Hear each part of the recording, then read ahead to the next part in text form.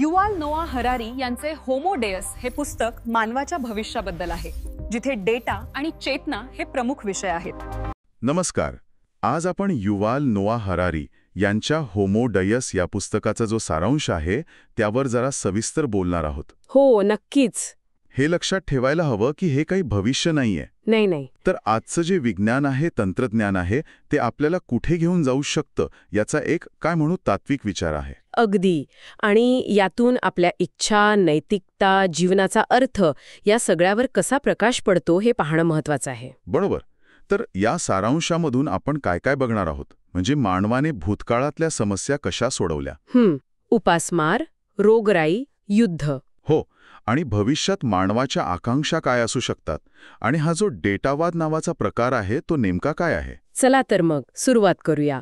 Homo Sapiens म्हणजे आपण, ते होमो डेअस म्हणजे देवमानव कसे बनू शकतो याचा शोध घेण्याचा प्रयत्न या सारांशात दिसतोय. सुरुवात करूया भूतकाळापासून.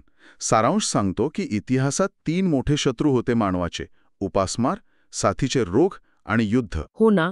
आणि या समस्या इतक्या मोठ्या होत्या की त्या आपल्या नियंत्रणाबाहेरच्या वाटायच्या, म्हणजे नैसर्गिक आपत्ती किंवा देवाचा कोप वगैरे. बरोबर. पण गंमत म्हणजे सारांश सांगतो की गेल्या काही शतकात, खास करून शेती, वैद्यकशास्त्र आणि जागतिक सहकार्यामुळे आपण यावर बऱ्यापैकी नियंत्रण मिळवलंय. इतकं नियंत्रण की आजची परिस्थिती एकदम उलट आहे. सारांश काही आकडेवारी देतो, ती ऐकून आश्चर्य वाटतं. कोणती? आज उपासमारीने मरणाऱ्यांपेक्षा जास्त लोक अति खाऊन मरतात, म्हणजे स्थूलपणा, मधुमेह वगैरे. बापरे. आणि साथीच्या रोगांपेक्षा जास्त मृत्यू म्हातारपणामुळे होतात. आणि युद्धात मरणाऱ्यांपेक्षा जास्त लोक आत्महत्या करतात. हे खूप मोठं बदल आहे खरं तर. याचा अर्थ असा नाही की या समस्या पूर्णपणे संपल्या आहेत. नाही, अर्थातच नाही. जगात अजूनही आहेतच. पण त्यांचं स्वरूप बदललंय. त्या आता अशा अनियंत्रित आपत्ती राहिलेल्या नाहीत. त्या आता म्हणजे व्यवस्थापकीय आव्हानं, मॅनेजेबल चॅलेंजेस बनल्या आहेत. म्हणजे आपल्याकडे आता साधनं आहेत, ज्ञान आहे. आणि बऱ्याचदा राजकीय इच्छाशक्ती सुद्धा. त्यामुळे त्या टाळता येऊ शकतात. जर लोक अजूनही उपासमारीने मरत असतील तर ते जास्त करून मानवी किंवा राजकीय अपयशामुळे घडतं. मुद्दा महत्वाचा आहे. तर या जुन्या शत्रूंवर नियंत्रण मिळवल्यामुळं आपण आता नवीन ध्येयांकडे वळलो आहोत. हो. आणि ती ध्येय खूप मोठी आहेत. सारांशानुसार अमरत्व, चिरंतन आनंद आणि देवत्व. यातला पहिला मुद्दा घेऊया, अमरत्व. हे तर माणसाचं फार जुनं स्वप्न आहे. आहेच. पण आता फरक दृष्टिकोनात आहे. पूर्वी हे सगळं कसं होतं? पुराणकथा, धर्म, जादू. बरोबर. पण आता विज्ञान मृत्यूकडे वेगळ्या नजरेनं बघतंय. मृत्यू म्हणजे काहीतरी गूढ किंवा अटळ सत्य नाही, तर एक तांत्रिक अडचण, एक टेक्निकल प्रॉब्लेम जो सोडवता येऊ शकतो. काय सांगताय? म्हणजे जसा मशीनमधला बिघाड दुरुस्त करतो तसं? तसाच काहीसा विचार आहे. बायोटेक्नॉलॉजी, जेनेटिक इंजिनिअरिंग, AI या सगळ्यामुळे माणसाचं आयुष्य वाढवण्याचा प्रयत्न सुरू आहे. काही जण तर डिजिटल अमरत्व किंवा जैविक अमरत्व पण बोलतात, म्हणजे वार्धक्याची प्रक्रिया थांबवणं वगैरे. म्हणजे मृत्यूला एक टेक्निकल ग्लिच मानलं तर म्हातारपणावर उपचार करणं हा पुढचा मोठा प्रोजेक्ट होऊ शकतो. बरोबर. ही शक्यता आहे. हे सगळं ऐकायलाच अफाट आहे, पण यातून नैतिक प्रश्न उभे राहतीलच. दुसरा मुद्दा, आनंद, चिरंतन आनंद. हो. आज आपल्याकडे खूप सुखसोयी आहेत, सुरक्षितता आहे, पूर्वीपेक्षा कितीतरी जास्त. पण मग माणसं जास्त आनंदी आहेत का? सारांश म्हणतो नाही. असं का? कारण आपला आनंद बाह्य परिस्थितीपेक्षा आपल्या आतल्या बायोकेमिस्ट्रीवर आणि अपेक्षांवर जास्त अवलंबून असतो, असं सारांश सांगतो. म्हणजे हार्मोन्स वगैरे? हो. डोपामाइन, सेरोटोनिन या सगळ्यावर. उत्क्रांतीने आपल्याला टिकून राहायला आणि पुनरुत्पादनासाठी घडवलंय, सतत आनंदी राहण्यासाठी नाही. आणि अपेक्षांचं काय? अपेक्षा वाढतच जातात. गरजा पूर्ण झाल्या की नवीन अपेक्षा येतात. त्यामुळे बाहेर कितीही सुधारणा झाली तरी आनंदाची पातळी तशीच राहते. अच्छा. त्यांच्या मते माणसं आता बाहेरचं जग बदलण्याऐवजी आतलं जग बदलायचा प्रयत्न करतील. आपली बायोकेमिस्ट्री, म्हणजे औषधं घेऊन किंवा थेट मेंदूला उत्तेजना देऊन कायम आनंदी राहायचं. हो. सारांश याच शक्यतेकडे बोट दाखवतो. दुःख, भीती, निराशा कायमची घालवता आली तर. पण मग नैतिक प्रश्न उभे राहतातच. असा मिळवलेला आनंद खरा असेल का? अर्थपूर्ण असेल का? जर दुःखच नसेल, संघर्षच नसेल, तर जीवनाचा अर्थ काय राहील? अगदी.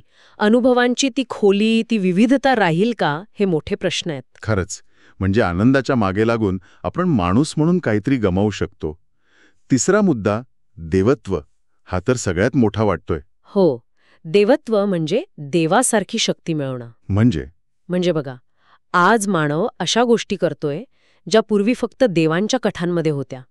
प्रयोगशाळेत नवीन जीव तयार करणं, सिंथेटिक बायोलॉजी. बरोबर, किंवा पर्यावरणात मोठे बदल घडवणं, आणि आता तर आपल्यापेक्षा बुद्धिमान AI तयार करणं. म्हणजे स्वतःच्या मर्यादा ओलांडून स्वतःला अपग्रेड करणं. अगदी. होमोडियोस म्हणजे अशी प्रजाती जी फक्त जगण्यासाठी धडपडणार नाही, तर स्वतःला जाणीवपूर्वक सुधारण्याचा प्रयत्न करेल. कसं? जैविक क्षमता वाढवणं, बुद्धी, स्मरणशक्ती, रोगप्रतिकारशक्ती, किंवा मग तंत्रज्ञान आणि शरीर एकत्र करणं, सायबॉग्स. बापरे. पण ह्याचे परिणाम काय होतील? म्हणजे जर काही लोक हे करू शकले आणि काही नाही तर? हाच तर मोठा धोका आहे, ज्याकडे सारांश लक्ष वेधतो. समाजात एक नवीन विभागणी होऊ शकते, वर्धित म्हणजे एनहान्स्ड आणि अवर्धित म्हणजे अनएनहान्स्ड. आणि ही दरी खूप मोठी असेल. हो, कारण ज्यांच्याकडे पैसे आणि साधनं असतील ते इतरांपेक्षा शारीरिक, बौद्धिकदृष्ट्या खूप वेगळे म्हणजे श्रेष्ठ बनू शकतील. ही कदाचित इतिहासातली सगळ्यात मोठी विषमता असेल. आणि इथेच डेटावाद येतो का? सारांश म्हणतोय ही एक नवीन विचारधारा किंवा नवीन धर्म आहे. डेटावाद म्हणजे जगाकडे बघण्याचा एकदम वेगळा दृष्टिकोन. कसा? यानुसार सगळं विश्व म्हणजे डेटाचा प्रवाह आहे आणि सगळे सजीव, आपण सुद्धा, म्हणजे फक्त डेटावर प्रक्रिया करणारे जैविक अल्गोरिदम आहोत. अल्गोरिदम? हो. आपण? हो. आणि मग कशाचंही मूल्य कशावरून ठरणार? तर ती गोष्ट डेटा प्रक्रियेत किती योगदान देते यावरून. हे जरा अमूर्त वाटतंय. थोडं सोपं करून सांगाल? म्हणजे बघा, डेटावादासाठी सगळ्यात महत्वाचं काय तर माहिती, इन्फॉर्मेशन. ओके. माहितीचा मुक्त प्रवाह आणि त्यावर अधिकाधिक चांगल्या प्रकारे प्रक्रिया करणं, हेच अंतिम ध्येय. माणसाचं महत्त्व पण तो किती डेटा तयार करतो, प्रक्रिया करतो यावर ठरेल. मग आपल्या भावनांचं काय, अनुभवांचं, शहाणपणाचं, याचं मूल्य कमी होईल का?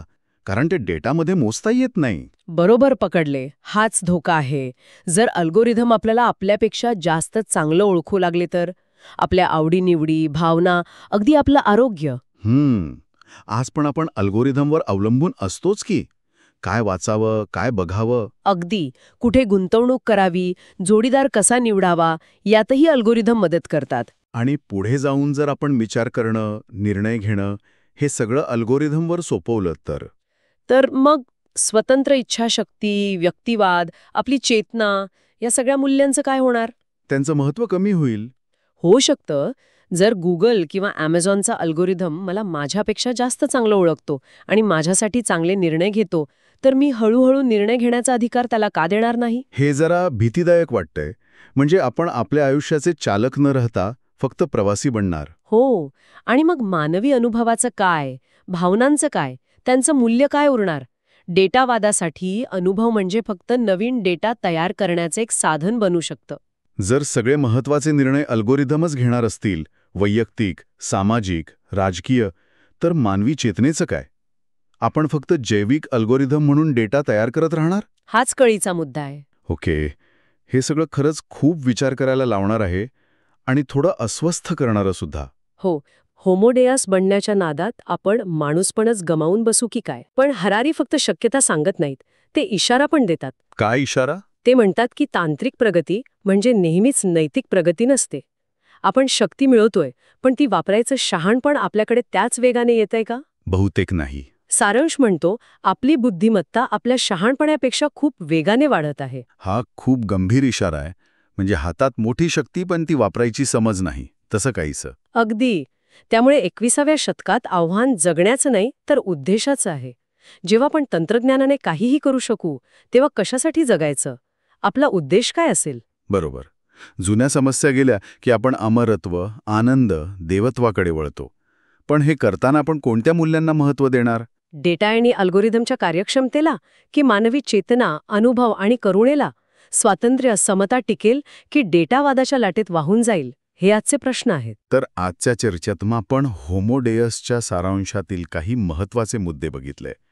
माणूस जुन्या समस्यांवर मात करून आता अमरत्व, आनंद, देवत्वासारखी नवी ध्येय बाळगतोय. आणि या सगळ्यात डेटावाद नावाची नवीन विचारसरणी येतेय, जी माहिती आणि अल्गोरिदमला महत्त्व देते.